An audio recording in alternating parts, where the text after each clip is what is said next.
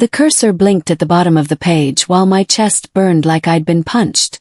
Clause 14, my compensation clause, was gone. Not edited. Not adjusted. Deleted. I scrolled up fast, fingers tight on the mouse. The document header said Final. Executed. His name sat there in neat black type. Signature timestamped 42 minutes ago. I hadn't approved this version. My ears rang. My jaw locked. The office around me blurred as one thought slammed into another. He touched my contract. I sat perfectly still, staring at the screen. Around me, keyboards clattered. Someone laughed near the coffee station. The air conditioning hummed its usual tune. Everything felt normal except the document glowing on my monitor. My commission structure, the one I'd negotiated for weeks, had vanished. The percentage tied to quarterly performance, gone. The milestone bonuses I'd fought for, erased. Just like that. My hands went cold. Not panic cold. Anger cold. The kind that settles deep and steady. I reopened the previous draft. Then the one before that. Then the email thread. Every version I'd approved still had my commission intact. Every single one. I'd been meticulous about tracking changes, saving copies, documenting every revision. It was a habit I developed after watching too many colleagues get burned by missing details. This version didn't match anything I'd seen. My throat tightened as I clicked through the file properties. Last modified by Vincent Kane. Modified today, 2:47 p.m. Vincent. My boss. The man who'd told me 3 days ago that everything looked perfect, that we were ready to move forward, that this deal would change my career trajectory. He hadn't asked. He hadn't warned me. He'd just taken it. I leaned back in my chair, pressing my palms flat against the desk. My breath came slow and controlled. I needed to think clearly, not react emotionally. The numbers were significant.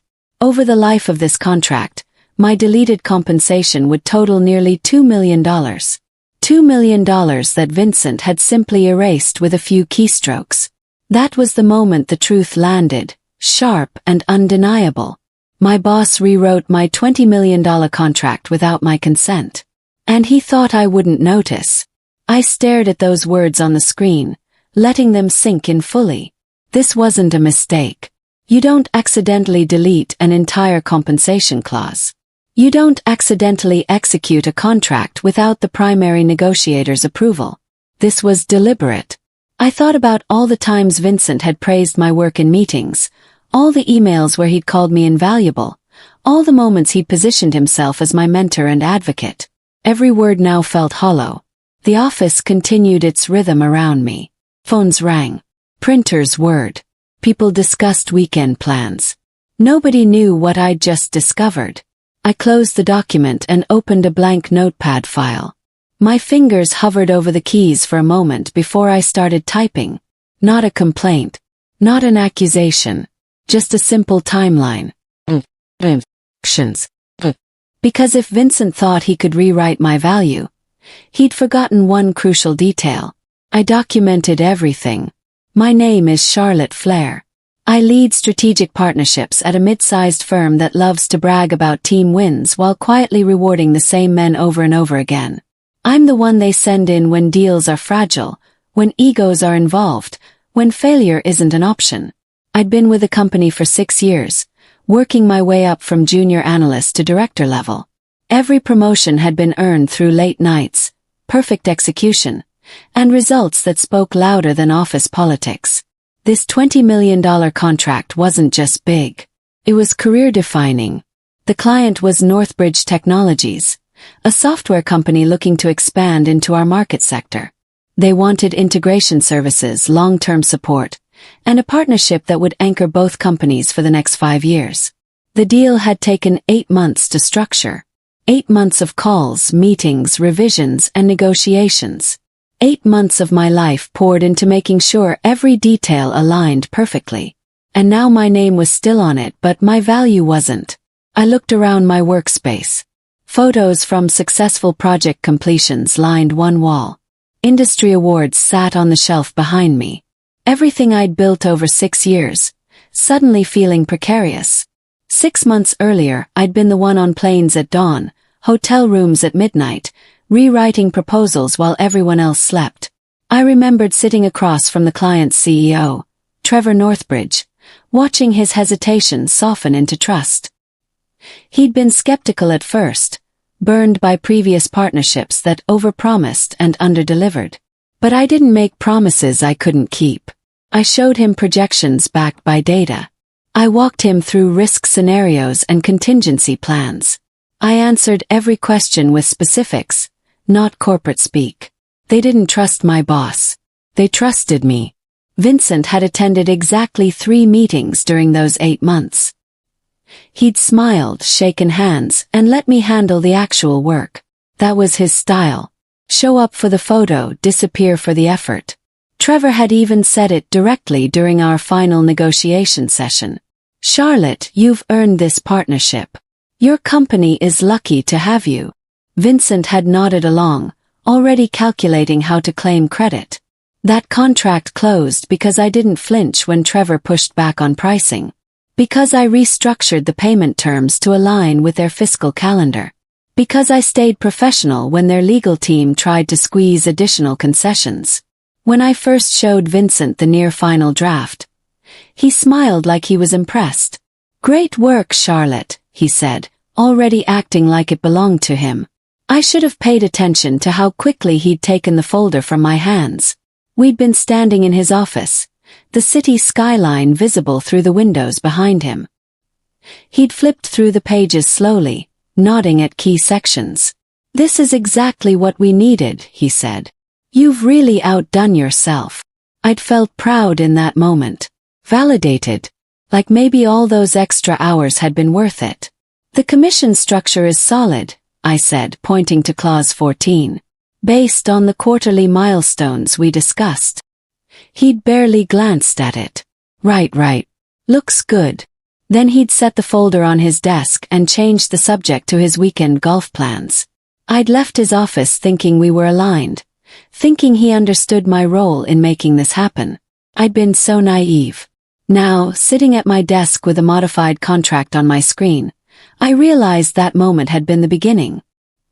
He'd been calculating even then, figuring out how to position himself as the deal's architect. This wasn't new, just bigger. Ideas repeated louder by him. Praise redirected. Meetings where my name disappeared from summaries. I'd watched it happen to others before me. Talented women who'd brought in major clients, only to see their contributions minimized in company announcements. Men who'd questioned the pattern and found themselves sidelined. But contracts were sacred. You didn't touch those. At least that's what I'd believed. I thought about Brenda, who'd left 2 years ago after her partnership deal got reassigned to Vincent's friend. I thought about Pamela, who'd been promised a director title that never materialized. I thought about how many times I'd heard, "You're being too sensitive," when someone raised concerns about recognition. The pattern was clear to anyone willing to see it. Vincent operated with calculated precision. He chose his targets carefully. People who were excellent at their jobs but reluctant to make waves. People who valued professionalism over confrontation. He'd assumed I was that type. Until you thought no one could stop you, I thought, staring at his name on the executed contract. That was his mistake. I stared at the screen for a long time. I could confront him. Walk into his office right now, print out the evidence, demand an explanation. My heart wanted that. The satisfaction of seeing his face when he realized I'd caught him. But my head knew better. I could demand an explanation, force him to justify what he'd done. Maybe he'd claim it was a mistake, an administrative error, a misunderstanding. He'd apologize with that practiced sincerity he used when caught. Then nothing would change. He'd be more careful next time. The pattern would continue. Instead, I closed the document and took a slow breath. Because anger makes noise. And I needed silence. Noise meant drama. It meant he said, she said battles that turned into credibility contests. It meant HR meetings where tone mattered more than facts, where my reaction would become the issue instead of his actions. I'd seen how those played out. The person who complained became difficult, emotional, unable to handle pressure. This required precision, not volume. I opened my email and started a new folder. I labeled it Northbridge Documentation, and began sorting every message, every draft, every piece of communication related to the contract. Vincent thought he'd been clever. He had no idea how methodical I could be. The next morning I smiled. I answered emails. I nodded in meetings. Inside I started rebuilding the timeline, drafts, approvals, metadata. Every click left a trail. And this one was clean. Vincent passed my desk around 9, coffee in hand, looking relaxed. Morning, Charlotte. Great news about Northbridge officially closing. You should be proud. Thank you, I said, keeping my voice light. It's exciting to see it finalized. He nodded, already moving toward his office. No guilt. No hesitation. Just the casual confidence of someone who thought he'd gotten away with something. I returned to my screen and continued my work. I pulled the original contract draft from our shared drive. Creation date, author information, edit history, all preserved. Then I extracted the metadata from the executed version, comparing timestamps and revision logs. The story wrote itself in date stamps and digital signatures. My draft, submitted for review on October 15th. Vincent's modifications, made on November 3rd. The execution November 3rd, 2:47 p.m.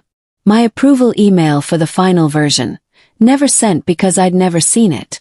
I created a simple spreadsheet, organizing everything chronologically. No accusations, no emotions, just facts. Late that night, one line from the policy handbook floated back to me. All contracts exceeding $10 million require compliance verification prior to archival. Most people treated it like a formality.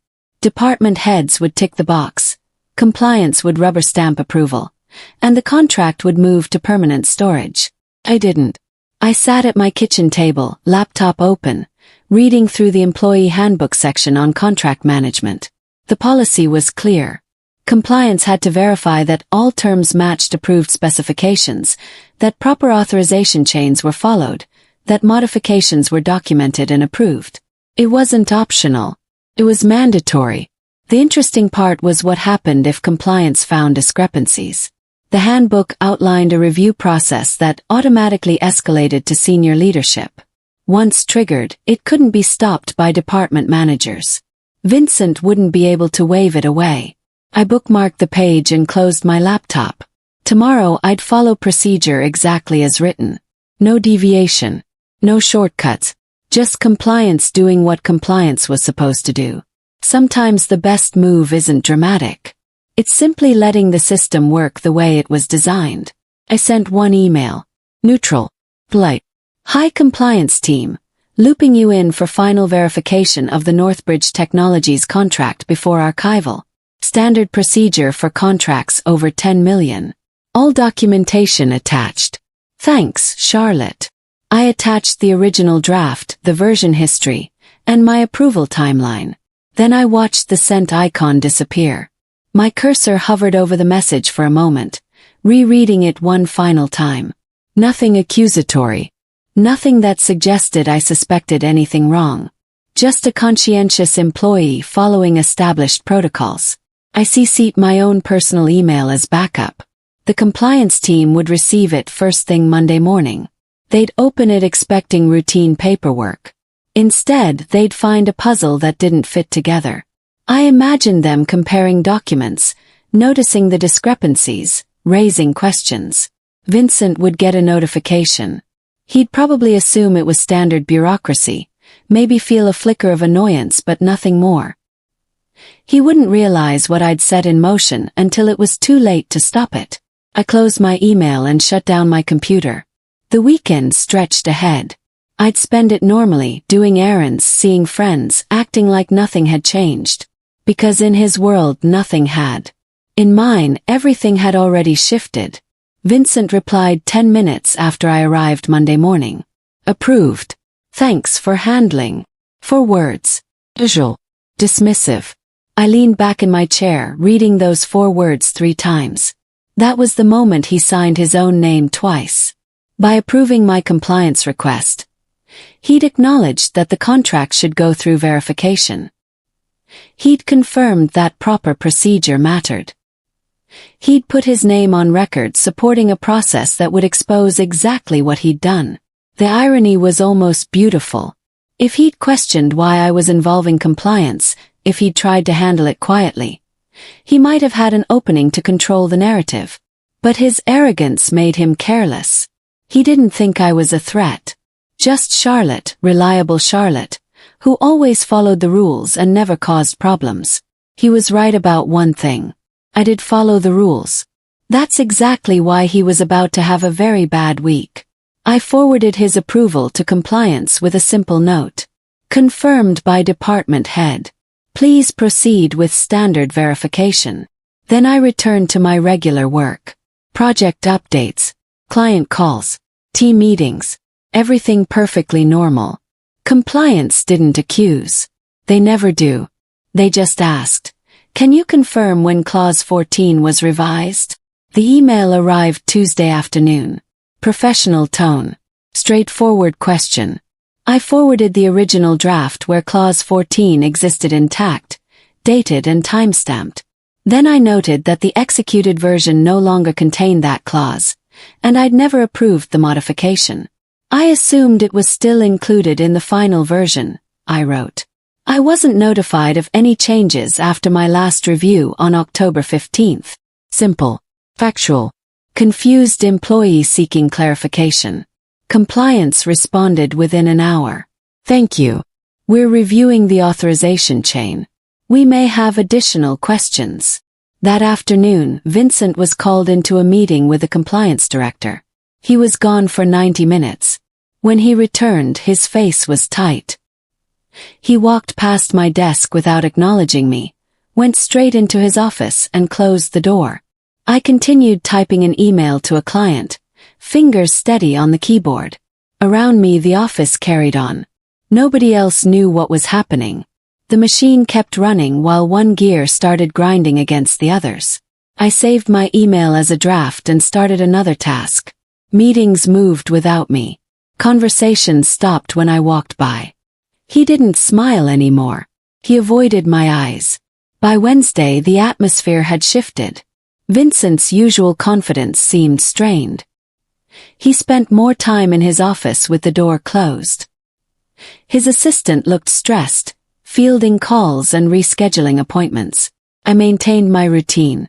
Morning coffee, team stand-up, client reviews, lunch at my desk. But I noticed things. The way Vincent's voice carried through his office door, sharp and defensive. The way senior leadership walked past with serious expressions. The way his assistant wouldn't meet anyone's gaze. Thursday morning, I saw the VP of operations heading toward Vincent's office with a folder under his arm. They were inside for 2 hours. I focused on my work, responding to client questions about implementation timelines. The Northbridge project was moving forward smoothly, despite the contract complications. Trevor had sent a thank you email praising my responsiveness. I'd forwarded it to my personal email just in case. By Thursday afternoon, Vincent emerged looking pale.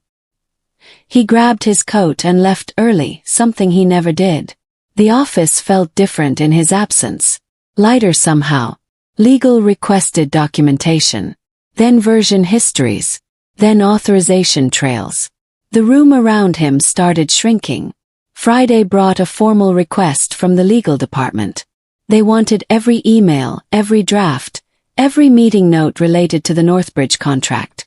They wanted my approval signatures, revision logs, communication threads. I provided everything within 2 hours. Organized chronologically. Cross-referenced. Indexed. They'd asked for documentation. I gave them a roadmap. I included the email where Vincent had praised the final draft that still contained my compensation.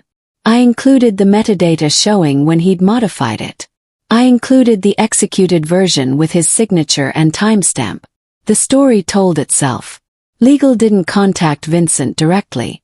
Instead, they scheduled a meeting with compliance, HR, and senior leadership for Monday morning.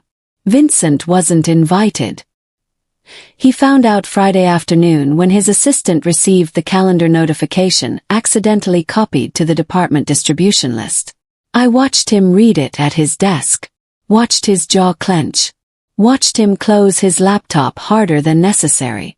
He glanced toward my workspace once. Our eyes didn't meet. He looked away first. My phone lit up late Friday night. "Hey, did you send anything unusual to compliance?" The message was from Vincent. First direct communication since this started. I stared at it. My thumb hovered over the keyboard. Could respond, explain, defend, engage with whatever narrative he was trying to construct. Instead, I set the phone face down on my kitchen counter. I didn't owe him an explanation. I hadn't done anything unusual. I'd followed standard procedure. The same procedure outlined in the handbook we'd all supposedly read. If following proper protocol felt unusual to him, that said everything about how he normally operated. My phone buzzed twice more. I didn't look. I made dinner, watched a movie, went to bed at my normal time. Sunday afternoon I checked my messages. 3 more texts from Vincent. Each one more agitated than the last. "We should talk about the compliance review. I think there's been a misunderstanding about the contract modifications. Call me when you get this. We need to get aligned before Monday." I deleted them all. We didn't need to get aligned. The facts were already aligned perfectly. When they interviewed me Monday morning, I didn't speculate. I didn't dramatize. I showed them dates. I showed them versions. I showed them signatures. Truth doesn't need volume. The meeting took place in a neutral office on the executive floor. Present were the compliance director, the head of legal, and an HR representative. They'd asked me to bring any relevant documentation. I brought my organized folder, both digital and printed. They asked about my involvement in the Northbridge deal. I walked them through the timeline, client by client, meeting by meeting. I showed them emails from Trevor specifically requesting my involvement. They asked about the contract approval process. I provided my review dates, my feedback emails, my final sign-off on October 15th. They asked when I'd first seen the executed version. I showed them the timestamp, November 4th, day after execution. They asked if I'd approved the modifications to Clause 14. I showed them that I'd never seen those modifications before execution. "Did you discuss these changes with Vincent Kane?" the compliance director asked. "No," I said simply. "I wasn't aware changes were being made." Silence filled the room as they reviewed my documentation. "This is very thorough," the legal director said finally. "I document everything," I replied. Compliance didn't stop with my contract. They found others. Smaller, older, quietly altered. Pattern doesn't argue back. By Tuesday afternoon, word spread through the office grapevine. Compliance had expanded their review beyond Northbridge. They were examining all contracts Vincent had executed in the past 18 months. 3 other agreements showed similar irregularities. Commission structures modified after approval. Payment terms adjusted without notification. Authorization signatures that didn't match email approvals. Each instance involved a woman on Vincent's team. Each modification benefited the company at the employee's expense. Each change had been made quietly, assuming no one would check the fine print. But compliance was checking everything now. I heard about it from Taylor, who worked in finance. She'd been asked to provide payment records for comparison against contract terms. The discrepancies were adding up. "Someone's in serious trouble," she whispered near the coffee station. I nodded sympathetically and returned to my desk. The pattern Vincent had built so carefully was now mapped in spreadsheets and audit reports. Each altered contract another data point proving this wasn't oversight or miscommunication. It was systematic. Vincent called it delegation. Miscommunication. Oversight. The timestamps didn't agree. Wednesday morning, Vincent presented his defense to senior leadership. I wasn't in the room, but Taylor had friends in executive admin who shared details. He'd claimed that he was authorized to make final modifications for efficiency. that the changes were minor administrative adjustments, that he'd intended to notify everyone but it slipped through the cracks during a busy period. He'd suggested that I was overreacting, making a procedural issue into a personal grievance. But then they'd shown him the timeline, the metadata, the pattern across multiple contracts. Hard to claim oversight when the modifications were consistent. Hard to claim miscommunication when the emails showed clear approval for different terms. Hard to claim authorization when the policy explicitly required compliance verification that he'd bypassed. The timestamps were unforgiving.